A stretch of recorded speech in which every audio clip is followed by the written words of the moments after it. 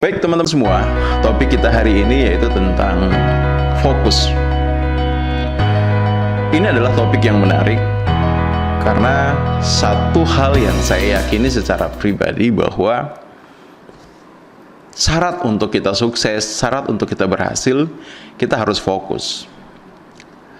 Banyak bukti bahwa mereka yang fokus itu jauh bisa mendapatkan sesuatu yang lebih besar, menciptakan sesuatu yang lebih besar, dan kemudian mencapai kesuksesan besar dibandingkan mereka yang tidak fokus. Kalau kita lihat misalnya contoh real ya, saat ini apps ya, ataupun aplikasi yang paling banyak digunakan orang apa? Ya mungkin sebelum corona orang ya senantiasa menggunakan Facebook atau WhatsApp, tapi sekarang yang paling banyak digunakan orang di seluruh dunia. Nah, Zoom itu sendiri ternyata sudah diciptakan dari tahun 2011, dan ketika diciptakan dari tahun 2011 ya ada sih penggunanya, tapi tidak seperti sekarang ini, tidak sebanyak ini. Hanya digunakan oleh sekelompok orang, oleh segelintir orang, dan tidak banyak yang tahu. Tapi apa yang terjadi sekarang itu? Kita lihat bahwa Zoom menjadi aplikasi yang betul-betul populer ya. Bahkan ada satu catatan dari CNN ya, yang menjadi pemilik Zoom itu sendiri sekarang termasuk orang yang kaya raya, karena dalam waktu 3 bulan ada peningkatan dramatis ya dari pemasukan dia dari aplikasi Zoom. Nah, teman-teman bisa membayangkan apa yang terjadi ketika dia pemasukan dia dari aplikasi Zoom. Nah, teman-teman bisa membayangkan apa yang terjadi ketika di awal di tahun 2011, kurang lebih 9 tahun yang lalu, founder dari Zoom ini kemudian merasa kecil hati. Susah-susah saya bikin aplikasi, tapi kemudian tidak ada yang tertarik. Kalaupun ada yang tertarik, hanya sedikit yang menggunakan. Maka mungkin bisa jadi juga sih sebenarnya ada aplikasi-aplikasi yang sejenis Zoom yang di saat itu juga dibuat. Tapi kemudian akhirnya karena mereka merasa bahwa apa yang dilakukan tidak memberikan dampak secara langsung, maka yang terjadi mereka memutuskan ya sudahlah, kita tutup saja, kita bubar saja dan selesai. Dan lihat, sebuah hasil dari konsistensi Zoom, hasil dari fokus Zoom, itu memberikan dia momentum, dan momentum itu adalah keberhasilan penting. Saya percaya 100% orang yang punya pengetahuan luas itu karena fokus dia pada bagaimana senantiasa menambah pengetahuan. Orang yang punya bisnis besar, maka itu adalah karena dia punya satu fokus untuk apa? Senantiasa membesarkan bisnisnya. Mereka yang kemudian menjadi leader hebat, memiliki banyak tim, maka sesungguhnya itu hanya akan bisa kalau kemudian si individu ini memiliki fokus untuk membangun tim. Dan kesuksesan, keberhasilan, apapun yang kemudian mereka dapatkan, maka itu bisa kita bilang adalah kembali sebagai sebuah konsekuensi alami dari usaha mereka. Nah, sehingga di sini teman-teman semua, kita belajar bagaimana mengembangkan fokus kita. Kita belajar bagaimana menjaga diri kita untuk senantiasa fokus pada apa yang kemudian membuat kita berhasil dalam hidup ini. Nah, fokus itu adalah salah satu kebiasaan sukses. Kebiasaan yang akan menentukan seperti apa masa depan kita, yang akan menentukan kualitas hidup kita seperti apa. Karenanya, mengembangkan fokus itu akan sangat membantu kita untuk kemudian meraih hal-hal besar di masa depan. Nah, pertanyaannya adalah, apa itu fokus? Fokus artinya kita memiliki konsentrasi penuh, kita mengerahkan seluruh pikiran, perasaan, dan tindakan kita pada satu hal. Ya, pada satu hal. Ya, pada satu hal. Sehingga dari pengerahan seluruh pikiran, perasaan, dan tindakan tersebut, maka kita akan mencapai hasil terbaik dari usaha yang kita lakukan. Ketika kita melakukan sesuatu setengah hati, coba perhatikan, misalnya pernah kita melakukan sesuatu setengah hati. Kita mau ngecat rumah, tapi yang kita lakukan adalah kita ngecatnya setengah hati. Maka secara pasti hasil dari yang kita lakukan itu tidak akan 100%, ya. Ya, pasti hasilnya ya setengah juga itu.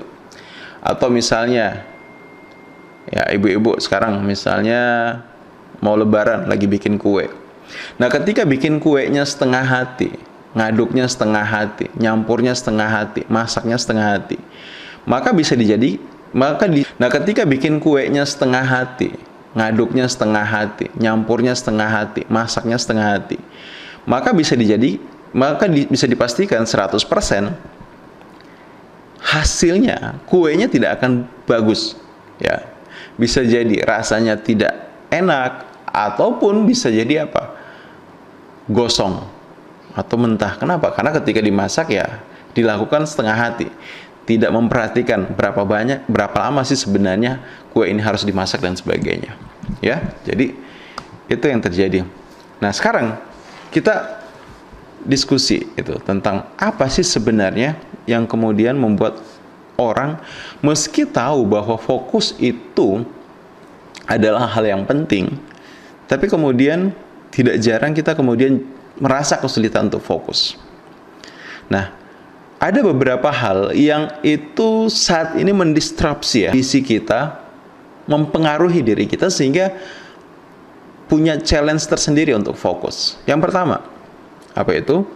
Yaitu berkaitan dengan banyaknya informasi yang sekarang ini beredar. Artinya seperti apa? Ya, saat ini kita ada di era informasi, di era digital, di mana informasi itu datang tak henti-hentinya bagaikan tsunami, ya. Ya, kita lihat misalnya di Facebook, ya, di beranda itu akan selalu ada banyak berita baru. Kalau kita kemudian buka Google, maka ada banyak hal baru yang kemudian muncul. Kita kemudian lihat di TV, akan selalu ada banyak hal baru yang kemudian muncul. Nah, banyaknya informasi yang kita terima, ya, banyaknya informasi yang kita terima, itu punya dampak membuat kita apa?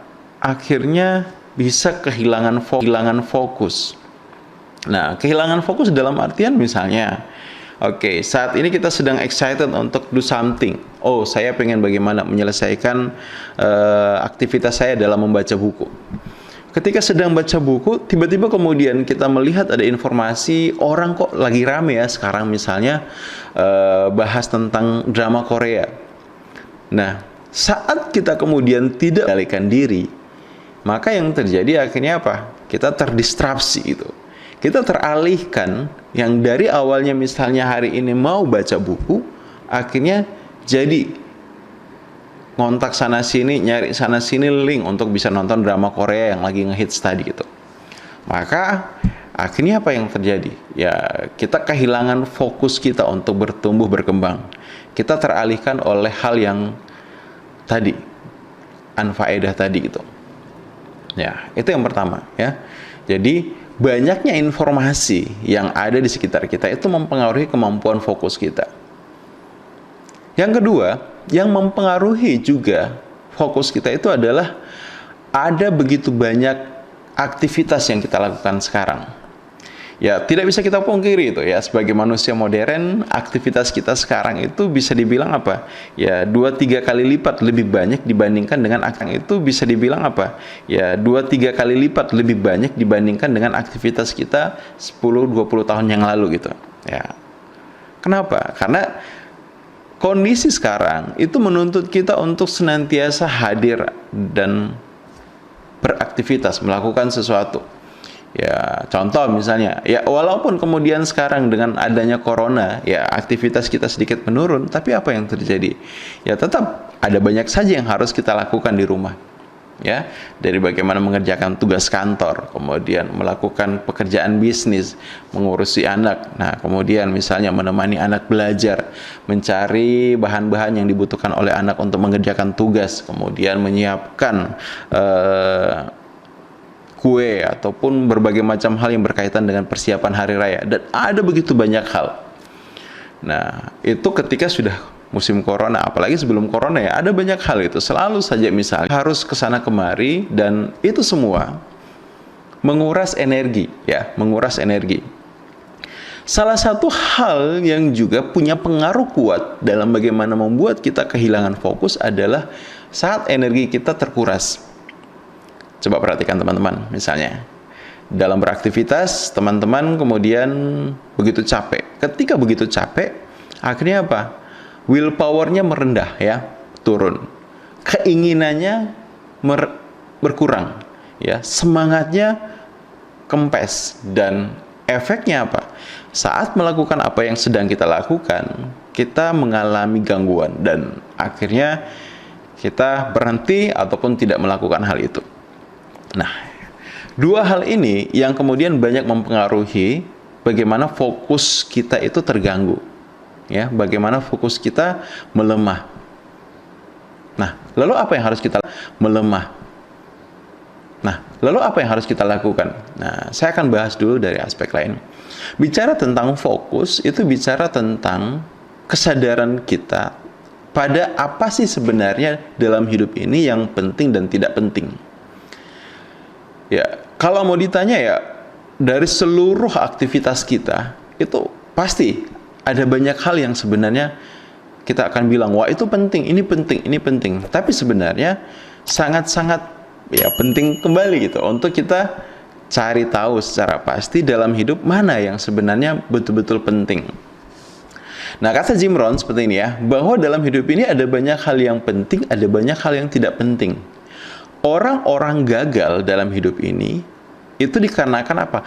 Mereka terjebak fokus mengerjakan hal-hal yang tidak penting, yang kemudian membuat mereka abai pada hal-hal yang penting dan akan ikut ujian. Dia tahu bahwa dalam minggu ke depan, 1 minggu ke depan dia akan ujian, sehingga ujian menjadi sebuah hal yang penting untuk dia siapkan. Belajar menyiapkan diri menghadapi ujian adalah hal yang penting untuk dia lakukan.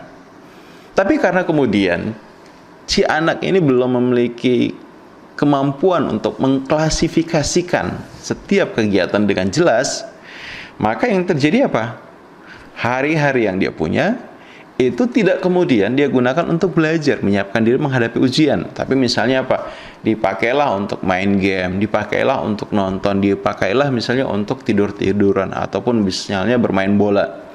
Nah, semua hal-hal yang dia lakukan tadi itu tidak punya korelasi langsung dengan pencapaian tujuan dia. Akibatnya apa? Dia menguras energi, menguras pikiran pada hal-hal yang itu tidak berdampak langsung pada tujuannya. Dia akhirnya kehilangan arah. Pun di saat akhir dari waktu yang dia punya, kemudian dia tersadar untuk belajar, tapi karena sudah terkuras habis energi, sudah terkuras habis pikiran, maka tidak ada semangat lagi untuk belajar. Nah, itu yang terjadi. Nah, itu juga yang ada pada diri kita itu. Ya, banyak di antara kita yang misalnya pengen berbisnis. Tapi kemudian ketika menjalani bisnis, yang terjadi adalah waktu yang digunakan tidak sepenuhnya untuk berpikir bagaimana mengembangkan bisnis. Tapi misalnya pada hal-hal lain yang mengganggu pikiran, untuk akhirnya membuat kita tidak berpikir lagi tentang bisnis. Nah, karena kelalaian itu apa yang terjadi? Bisnis merosot, omset jeblok, kemudian cash bermasalah. Barulah ketika bermasalah menyalahkan diri. Wah, saya sudah tidak fokus, saya kehilangan arah dalam mengembangkan bisnis, dan ya itu terjadi berulang-ulang. Ya, itu terjadi berulang-ulang. Nah, jadi apa yang butuh kita lakukan ya teman-teman? Hal yang butuh kita lakukan pertama dalam hidup ini adalah kita harus punya klasifikasi yang jelas dalam hidup ini, mana yang kemudian merupakan hal yang penting, mana yang kemudian merupakan hal yang belum saya anggap penting. Nah, di dalam program ya, saya punya program namanya klasifikasi dulu tentang apa sih yang paling prioritas dalam hidup saya. Nah, jadi kita itu kan sebenarnya kan punya beberapa aspek dalam kehidupan ya, beberapa aspek dalam kehidupan yang semua orang punya. Misalnya aspek spiritual, aspek pengembangan diri, kemudian aspek finansial ya, keuangan, aspek kesehatan, aspek sosial, aspek emosi. Ya, jadi kita punya aspek-aspek itu dalam diri. Nah, sekarang semua aspek ini kalau kita kemudian fokuskan untuk kita jalani, maka ada kondisi kemudian kita akhirnya tidak bisa mencapai ya secara maksimal apa yang kita butuhkan. Nah, maka penting misalnya mungkin kita dari aspek-aspek ini kita bikin prioritas dulu ya, bikin prioritas dulu. Misalnya, oke, di usia sekarang misalnya sebagai seorang mahasiswa atau orang yang masih muda, fokus saya adalah apa? Aspek pengembangan diri. Maka sebagian besar waktu yang dipunya itu adalah digunakan untuk pengembangan diri. Misalnya apa? Dengan belajar, dengan berdiskusi, dengan mencari pengalaman. Nah, sehingga apa? Ketika kemudian dia merasa oke, aspek pengembangan dirinya sudah terpenuhi, dia sudah punya cukup bekal untuk kemudian melakukan apa yang next mau dia lakukan, maka bisa jadi setelah itu di fase selanjutnya dia akan bilang, oke, sekarang di fase ini prioritas hidup saya adalah misalnya apa? Finansial atau kesehatan. Nah, bebas ya. Jadi tipsnya adalah seperti ini teman-teman ya. Teman-teman sekarang coba di usia yang sekarang buat sebuah prioritas. Artinya dari yang pertama ya, bisa dicatat aspek spiritual, aspek kesehatan, aspek emosi ya, aspek keuangan, aspek karir, keluarga, mana yang kemudian teman-teman akan prioritaskan untuk dikembangkan saat ini. Pilih 3 terbesar. Oke. Ya, jadi pilih 3 terbesar. Nah, mana yang prioritas itu bisa jadi akan berbeda kondisinya sekarang dan kondisinya yang akan datang. Ya, jadi kalau kayak 5 tahun lalu, fokus saya di pengembangan diri, kemudian di keuangan, dan kemudian di kesehatan. Nah, kalau sekarang, kemudian setelah itu finansial. Nah, ini akan berbeda-beda. Nah, apa manfaatnya kalau kita kemudian punya klasifikasi yang jelas dalam hidup ini? Nah, di saat kita berhadapan dengan satu situasi yang kemudian bisa membuat kita akhirnya dilema, kita akan cepat bisa memutuskan. Ya, coba perhatikan misalnya teman-teman. Dalam satu situasi, kadang-kadang kita dihadapkan dengan sebuah dilema. Diminta untuk memilih, misalnya bagi yang kerja, contoh. Ketika Anda kerja, kemudian Anda dipromosi. Tapi promosi itu kemudian membuat Anda harus berhadapan dengan satu konsekuensi. Anda harus mau dipindahkan keluar daerah. Nah, pertanyaannya adalah Anda akan pilih yang mana? Ketika Anda tidak jelas apa yang kemudian menjadi prioritas dalam hidup, maka yang terjadi, Anda akan kemudian bimbang dan galau. Pun ketika memutuskan, maka keputusannya akan menjadi sesuatu yang akhirnya membuat Anda menyesal. Tapi ketika misalnya situasi itu ada dan kemudian Anda punya prinsip yang jelas, oke, untuk saat ini konsep saya jelas bahwa apa? Yang pertama adalah karir, kemudian yang kedua adalah kesehatan, yang ketiga adalah keluarga. maka that's okay itu. Anda mungkin akan ambil. Oke, nggak apa-apa. Yang penting saya kemudian bisa berkarir dengan bagus. Yang penting kemudian oke, secara finansial tercukupi. Nah, keluarga adalah hal yang ketiga itu ya. Jadi yang penting bisa jaga tetap komunikasi. Maka Anda akan kemudian ambil kesempatan itu untuk berkarir di jenjang yang lebih tinggi walaupun harus meninggalkan keluarga. Tapi kalau misalnya konsep hidup Anda jelas, Anda fokus, oke, di momen hidup saya saat ini, keluarga adalah nomor satu. Maka Anda akan bilang, sorry Pak, terima kasih untuk tawarannya, tapi bagi saya keluarga adalah hal yang penting, sehingga mohon maaf saya belum bisa menerima promosi tersebut kalau harus kemudian membuat saya keluar dari daerah atau jauh dari rumah. Nah, itu akan membuat kita akhirnya apa? Jadi lebih mudah hidup ini. Sehingga apa? Kita akan jauh lebih kemudian bisa memaksimalkan seluruh apa yang kita tahu, seluruh apa yang kita rasa, seluruh apa yang kita punya untuk pencapaian kita. Ya, seperti itu ya. Oke. Nah, silakan teman-teman semua, dari keenam aspek tadi boleh dituliskan ya. Misalnya 1 apa, 2 apa, 3 ya. Kita coba berinteraksi. Oke, silakan.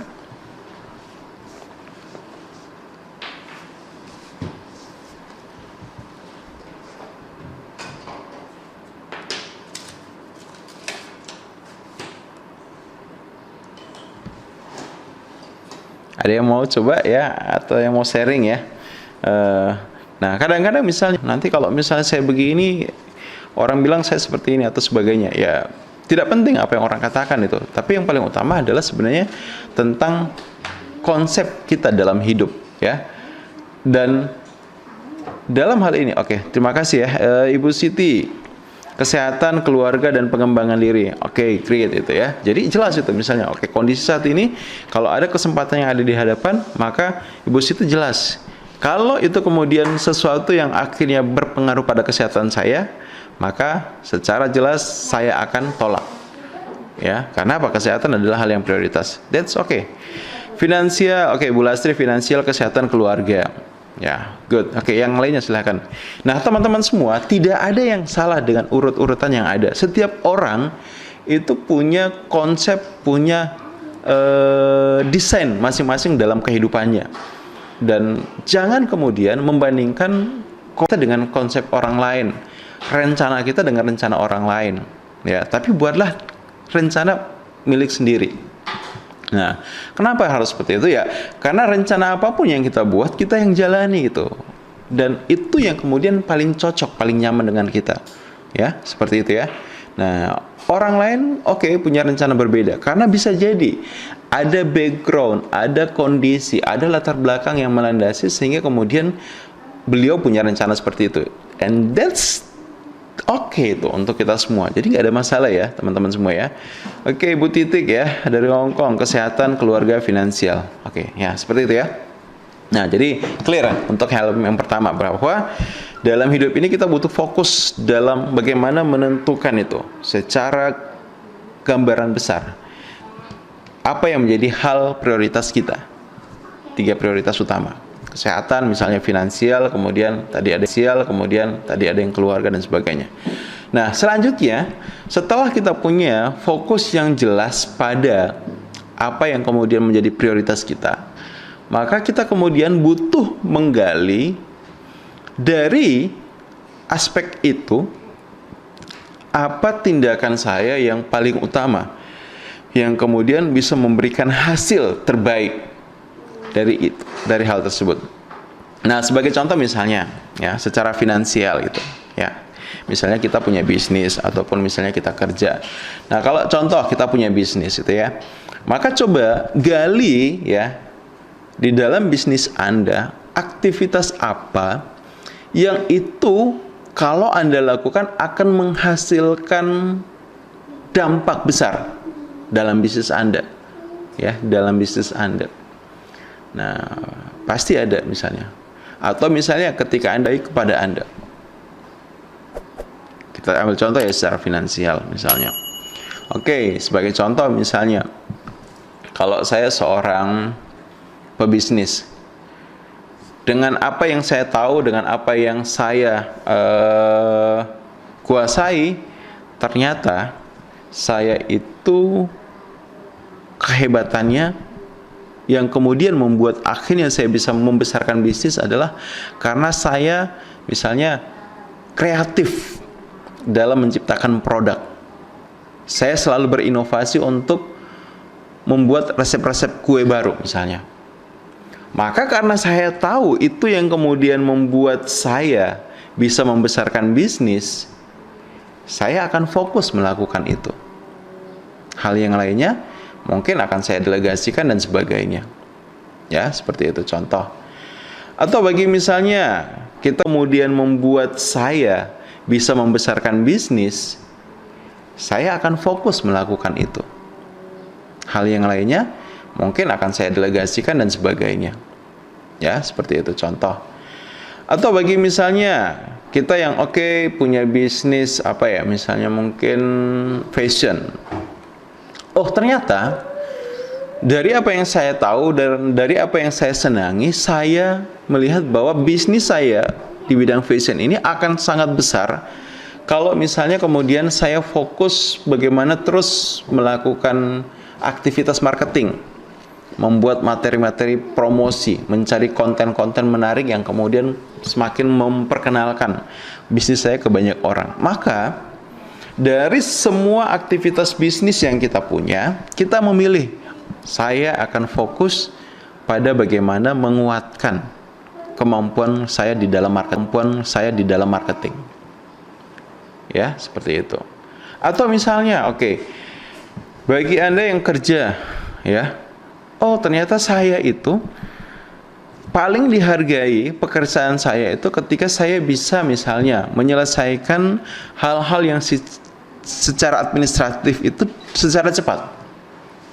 Maka saya perkuat, saya akan fokuskan kemampuan saya dalam menyelesaikan hal-hal yang administratif tersebut, sehingga saya bisa menjadi orang yang produktif dalam hal tersebut dan bisa menghasilkan lebih.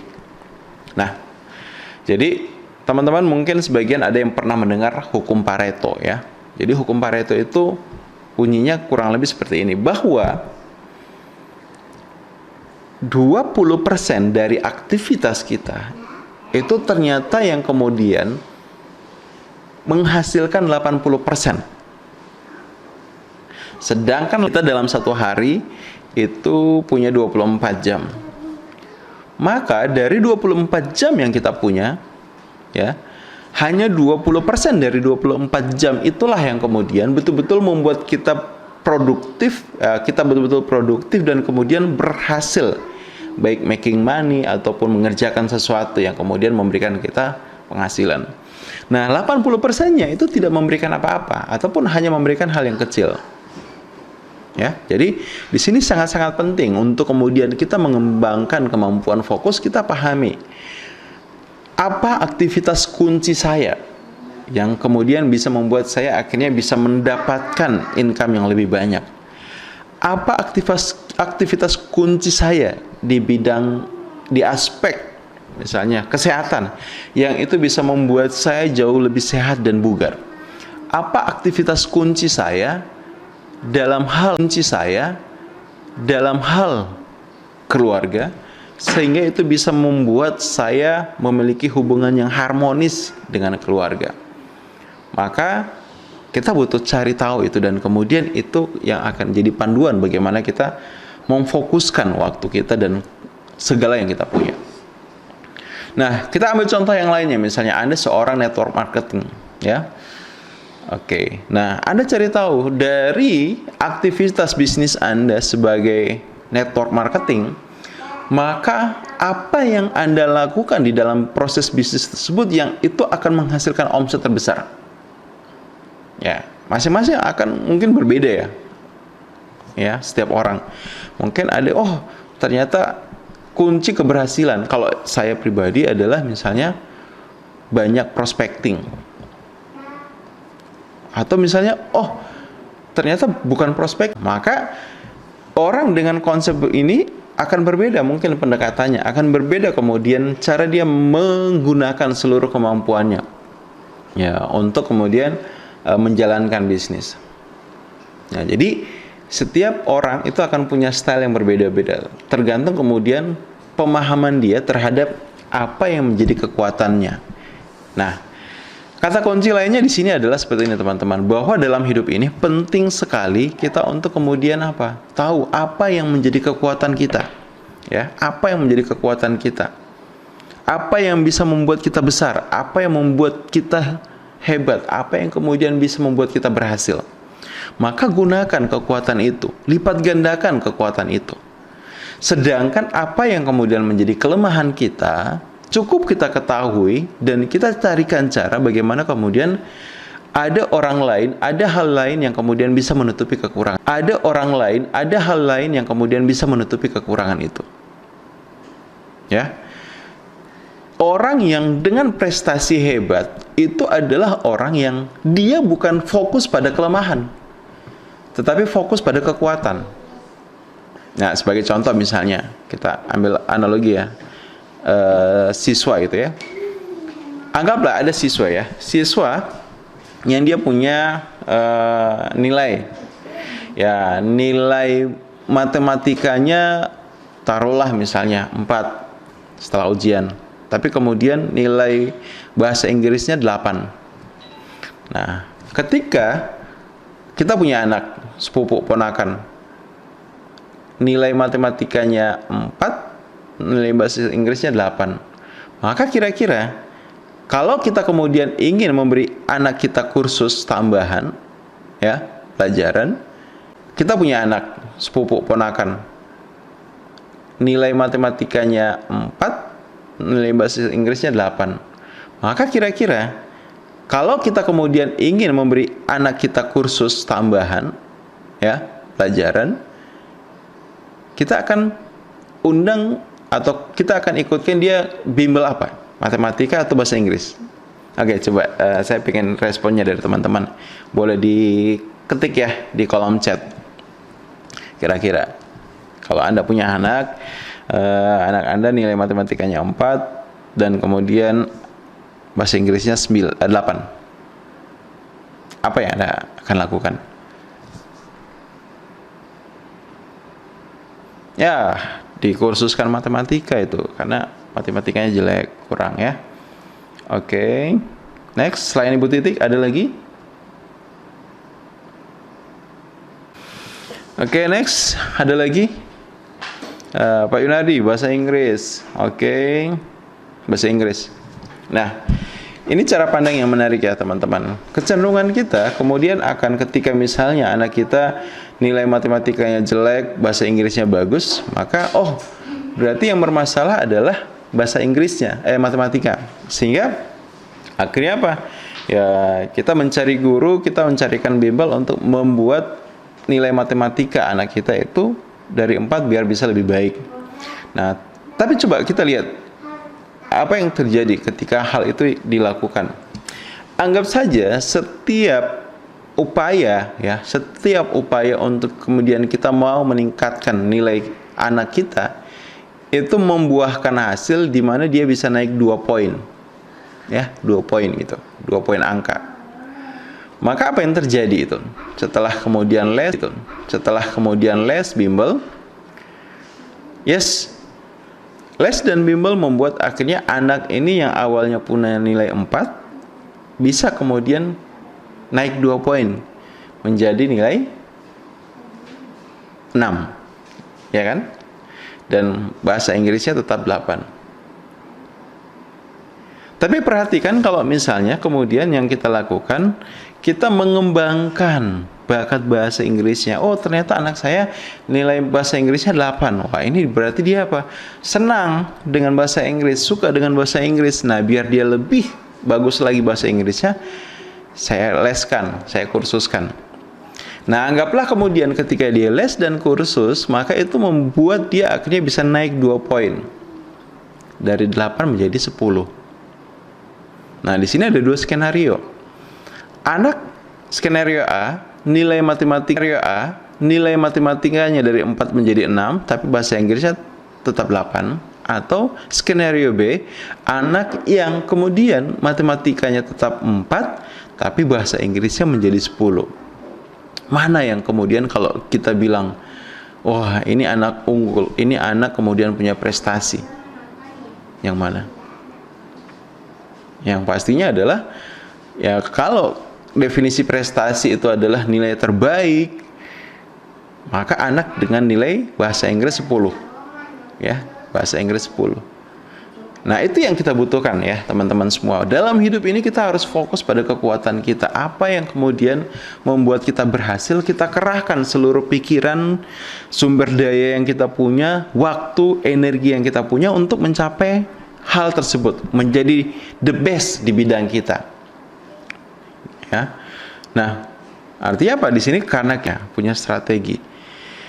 Nah, tadi sekarang coba teman-teman misalnya masing-masing kan sudah punya kan urut-urutannya itu apa yang kemudian menjadi prioritas dari aspek kehidupannya.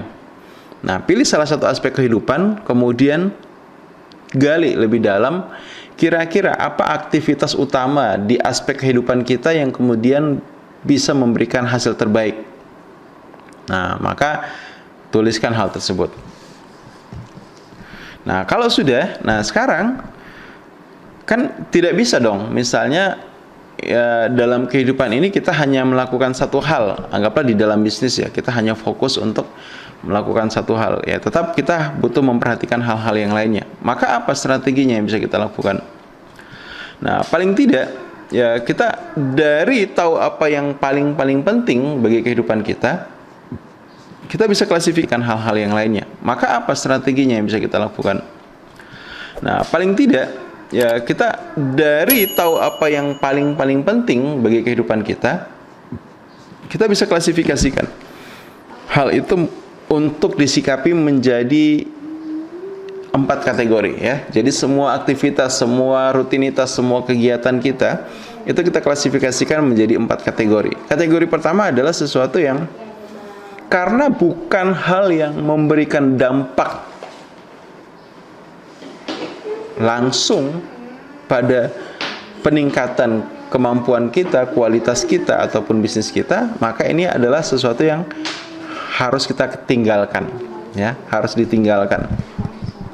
Ya, misalnya contoh, oh ternyata kalau kayak misalnya saya nonton drakor, itu sama sekali tidak membuat saya lebih cerdas, tidak membuat saya lebih kaya, tidak membuat bisnis. Kategorikan hal-hal yang dalam hidup ini teman-teman harus tinggalkan, harus tinggalkan.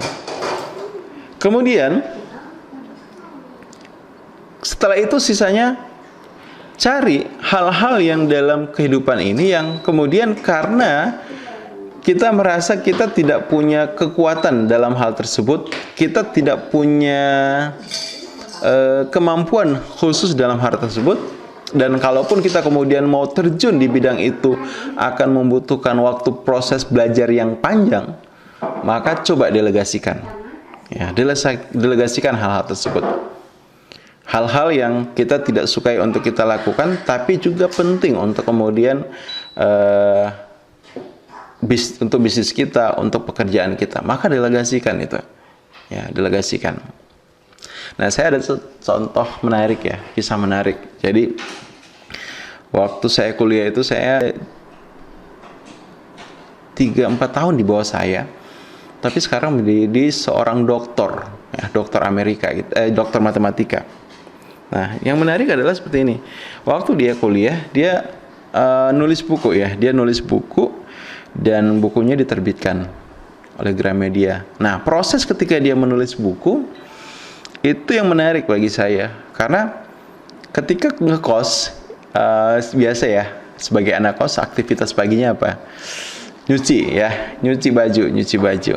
Tapi teman saya ini ketika ya teman-teman kos yang lain dia nyuci, dia kemudian justru memilih oke, baju-bajunya nggak dicuci sendiri tapi di laundry.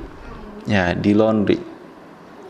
Nah, jadi waktu itu saya tanya itu, Rul, nggak cuci baju Rul? Ah, nggak lah bang. Ya, di laundry. Ya, di laundry. Nah, jadi waktu itu saya tanya itu, Rul, nggak cuci baju Rul? Ah, nggak lah bang. Ya, orang Medan itu kan, nggak lah bang. Daripada waktu Ruli habis buat nyuci, mending Ruli pakai buat nulis gitu.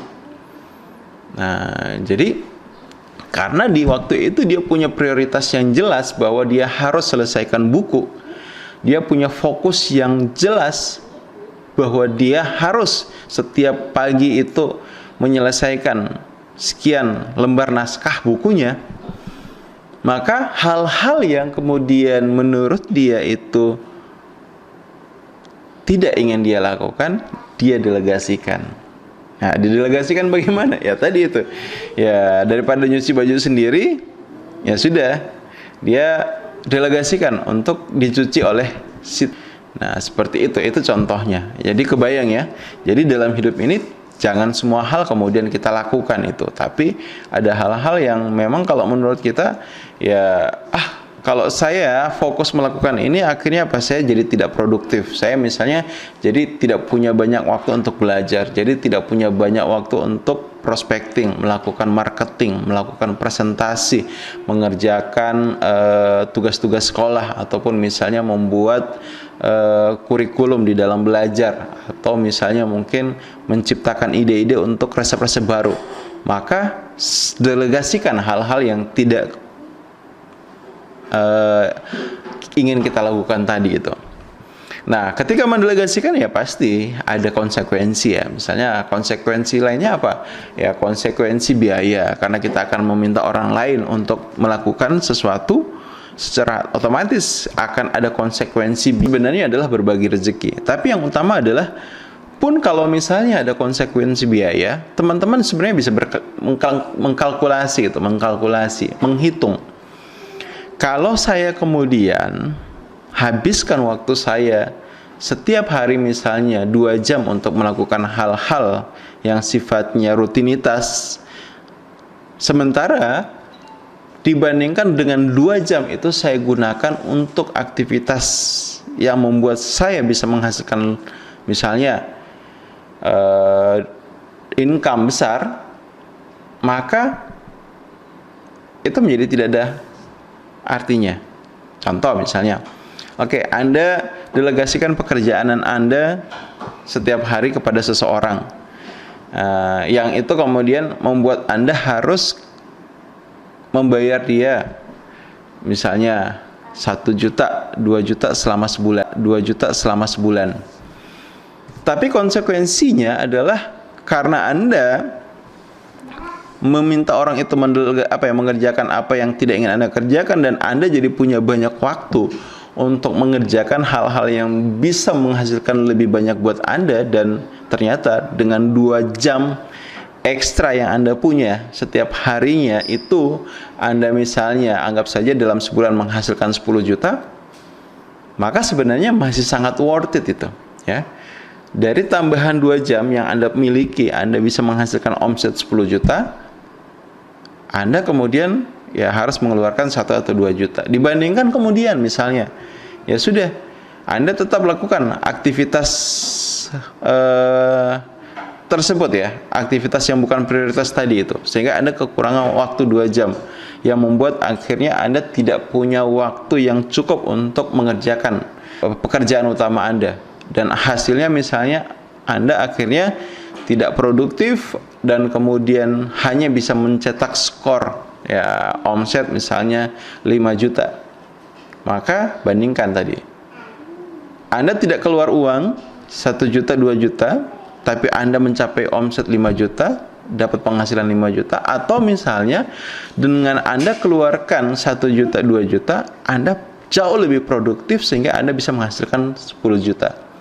Nah, 10 juta dikurangi 2 juta, 8 juta. Masih jauh lebih besar dibandingkan sekedar 5 juta, di mana Anda melakukannya sendiri itu. Nah, jadi itu cara berpikir yang dilakukan oleh orang-orang sukses, oleh orang kaya di dalam bagaimana mengoptimalkan waktu yang mereka punya. Sehingga apa? Mereka lebih produktif, bisnisnya lebih berkembang, suksesnya menjadi lebih besar, timnya fokuskan pada kekuatan, delegasikan hal yang tidak penting. Nah, kemudian untuk hal-hal yang misalnya penting tapi tidak urgent, maka silakan Anda tunda. Fokuskan pada hal-hal yang kemudian untuk Anda lakukan saat ini adalah hal-hal yang sifatnya penting untuk dilakukan dan urgent, butuh segera, butuh saat ini. Ya, jadi apa itu? Ya, masing-masing akan punya hal yang berbeda tergantung dari kebutuhan dan kondisi yang ada. Nah, dalam hal ini ada hal penting lainnya juga yang butuh kita lakukan. Karena tadi kita sudah tahu apa yang kita mau, sudah mau memfokuskan pada apa yang mau kita kerjakan, maka ada satu situasi lain yang juga mempengaruhi itu bagaimana kualitas kita di dalam mengerjakan sesuatu. Yaitu interaksi kita dengan orang lain. Hal yang banyak mengganggu kita itu adalah ketika terdistraksi oleh sekitar kita di saat kita mau melakukan sesuatu. Contohnya misalnya saat kita lagi mau baca, lagi mau belajar ya, seperti saat ini ya. Teman-teman lagi mau belajar mengembangkan diri, tapi kemudian tiba-tiba ada SMS, ada WA, ajakan, kita olahraga yuk, ataupun kita nonton yuk, dan sebagainya. Maka sikap yang butuh kita bangun sejalan dengan sikap kita untuk mengembangkan kemampuan fokus itu adalah sikap untuk berani berkata tidak. Berkata tidak pada apa itu? Ya, berkata tidak yang pertama adalah pada diri sendiri. Kita harus melatih kemampuan kita untuk berani berkata tidak. Berkata tidak pada apa itu? Ya, berkata tidak yang pertama adalah pada diri sendiri. Kita harus melatih kemampuan kita untuk berkata tidak pada diri kita sendiri. Saat kita sedang misalnya fokus untuk melakukan apa yang kita inginkan, dan kemudian karena informasi yang kita lihat di sekitar kita, di Facebook, Instagram, WhatsApp, apa yang kita dengar, dan kemudian itu seolah-olah menggoda kita untuk berganti aktivitas, maka latih ketegasan kita untuk mengatakan tidak. Terima kasih, tidak. Saya mau fokus lakukan ini. Saya mau fokus mengembangkan bisnis saya. Saya mau fokus mau mengembangkan produk saya. Saya mau fokus untuk selesaikan skripsi dan tugas saya, dan sebagainya. Jadi harus punya keberanian, ketegasan untuk Anda akhirnya lepas konsentrasi dari apa yang harusnya Anda lakukan, ya. Seperti itu teman-teman semua. Oke, silakan. Kita masih punya waktu 9 menit. Teman-teman, dari apa yang saya paparkan mungkin ada yang mau ditanyakan. Silakan bisa di chat ya, apa pertanyaannya. Nah, melatih fokus adalah sebuah habits yang sangat penting untuk kita latih dan kembangkan. Dan menariknya akan seperti ini teman-teman. Di masa depan, orang akan senantiasa mencari mereka yang punya spesialisasi. Artinya kecakapan khusus yang spesifik terhadap sesuatu. Bukan mereka yang bisa semuanya tapi setengah-setengah. Karena realitanya adalah justru mereka yang kemudian punya kecakapan khusus pada sesuatu itu yang dianggap betul-betul ahli, betul-betul ilmunya mantap, ya, seperti itu. Oke, silakan teman-teman, ada yang mau ditanyakan berkaitan dengan topik kita hari ini, ataupun ada yang mau didiskusikan. Nah, langkah apa yang kita butuh lakukan sekarang itu untuk kemudian kita jadikan sebagai acuan kita untuk mengembangkan diri? Silakan teman-teman ukur ke diri sendiri, ya. Pada aspek kehidupan yang kemudian menjadi prioritas teman-teman, maka di situ kan ada aktivitas kunci, ya. Contoh misalnya aspek kehidupan itu kan misalnya aktivitas kunci itu yang kemudian yang kita akhirnya simpulkan, kalau saya fokus kembangkan itu, maka itu yang akan membuat bisnis saya berkembang bagus. Nah, apa aktivitas kunci itu? Dan kemudian sekarang coba diukur. dari skala 0, dari skala 1 sampai 10, anggap ya ada skala 1 sampai 10, maka seberapa besar fokus kita saat ini dalam mengerjakan hal itu dari 0 sampai 10. Misalnya, ternyata aktivitas kunci di bisnis saya, bagi saya adalah marketing, membuat konten-konten marketing. Nah, saya seberapa fokus sih saat ini dalam membuat konten marketing? Oh, ternyata kalau feel saya 3 dari 10. Maka ini akan sangat membantu untuk kita. Oh, berarti apa? Seberapa besar? Oh, ternyata kalau feel saya 3 dari 10. Maka ini akan sangat membantu untuk kita. Oh, berarti apa? Seberapa besar effort yang harus kita keluarkan untuk kita naikkan akan jauh lebih jelas dibandingkan kemudian ternyata saya tidak fokus. Nah, sekedar tidak fokus itu akan sangat-sangat beda gitu. Ya, jadi silakan coba diukur dari 1 sampai 10. 1 itu tidak fokus, 10 itu sangat-sangat fokus, kita ada di mana? Nah, maka itu akan sangat membantu untuk step awal. Oke, ada pertanyaan dari Pak Muhammad Nuzlan. Saya mau tanya Coach, bagaimana tanggapan Coach tentang distraksi sesaat dari satu fokus kita untuk menjaga pikiran agar tetap fresh? Nah, ya, ketika kita melakukan sesuatu, ya misalnya kita mengalihkan sejenak perhatian kita, ya misalnya kita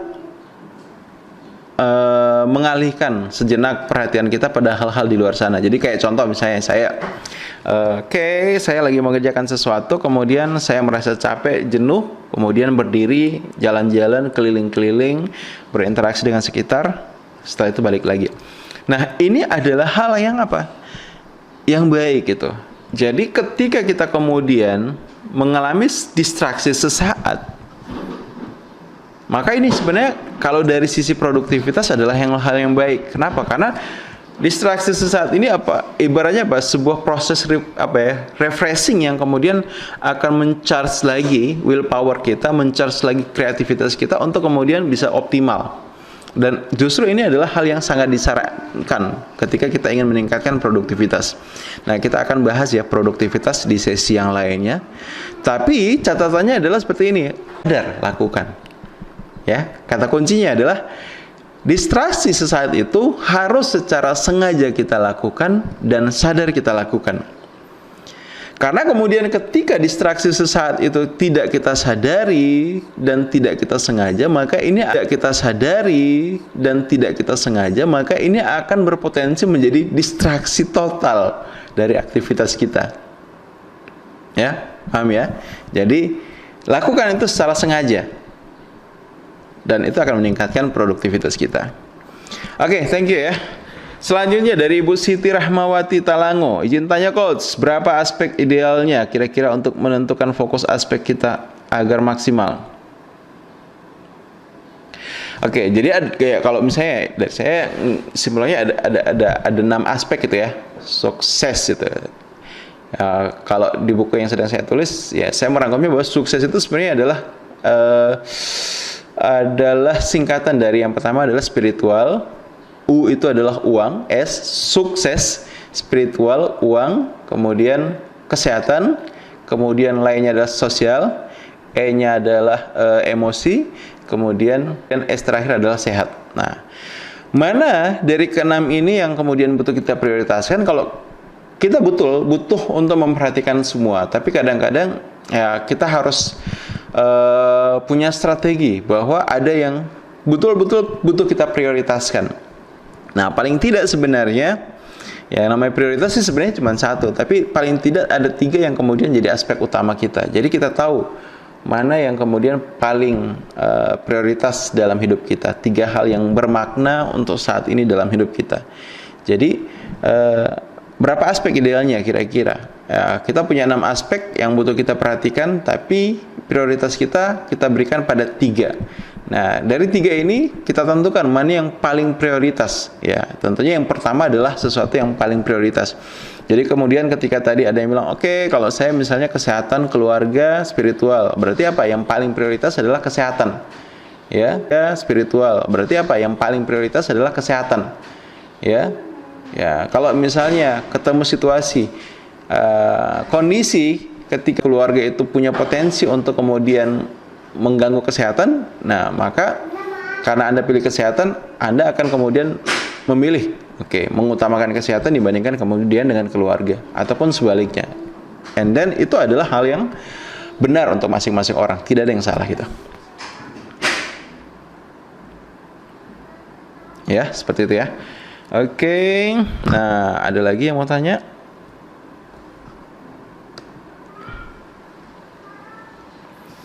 Ya. Baik teman-teman semua, itu ya sesi kita di hari ini. Jadi saya review sedikit bahwa pembeda antara orang sukses dan orang gagal itu adalah kemampuan fokus mereka. Sebuah bisnis akan besar kalau kita fokus mengerjakannya.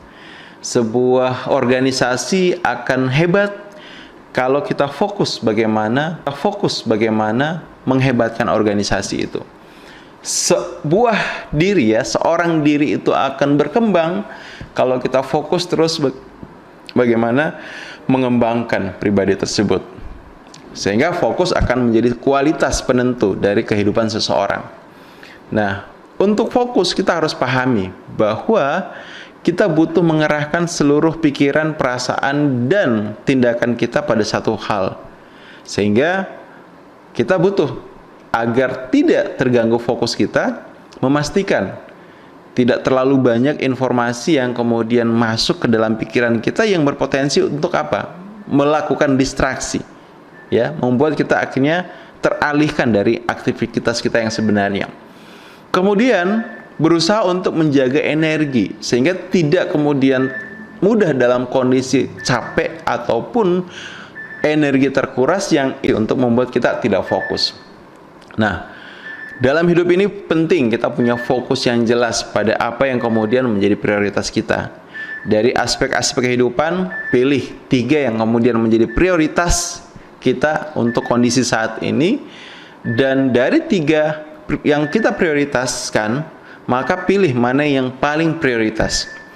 Nah, dari yang paling prioritas inilah kemudian kita gali apa sih sebenarnya aktivitas kunci dari aspek kehidupan yang sangat prioritas ini. Apa yang kalau itu saya lakukan lebih sering, lebih banyak, lebih intens, itu akan melipat gandakan, melipat 3, melipat 4, melipat 6, melipat 10 kan penghasilan saya, misalnya kalau aspek finansial. Maka fokuskan diri kita untuk melakukan hal tersebut. Maka fokuskan diri kita untuk melakukan hal tersebut, bekerja di area itu. Hal-hal yang di luar daerah itu bisa kita pilih. Pertama, apakah kemudian kita tinggalkan? Kedua, apakah kemudian kita delegasi? Ya, seperti itu. Oke teman-teman semua, thank you very much. Terima kasih sebanyak-banyaknya untuk waktunya, untuk sharingnya. Silahkan jika Anda merasa ada manfaatnya, maka sharing manfaat itu kepada orang lain, bagikan kepada orang di sekitar Anda, sehingga Anda pun bisa memberikan manfaat buat orang lain. Sebaik-baiknya ilmu adalah ilmu yang kemudian kita berikan kepada orang lain, karena ilmu yang kita bagikan kepada orang lain akan menjadi amal jariah buat diri kita sendiri. Amin ya rabbal alamin. Baik ya teman-teman semua, saya izin pamit.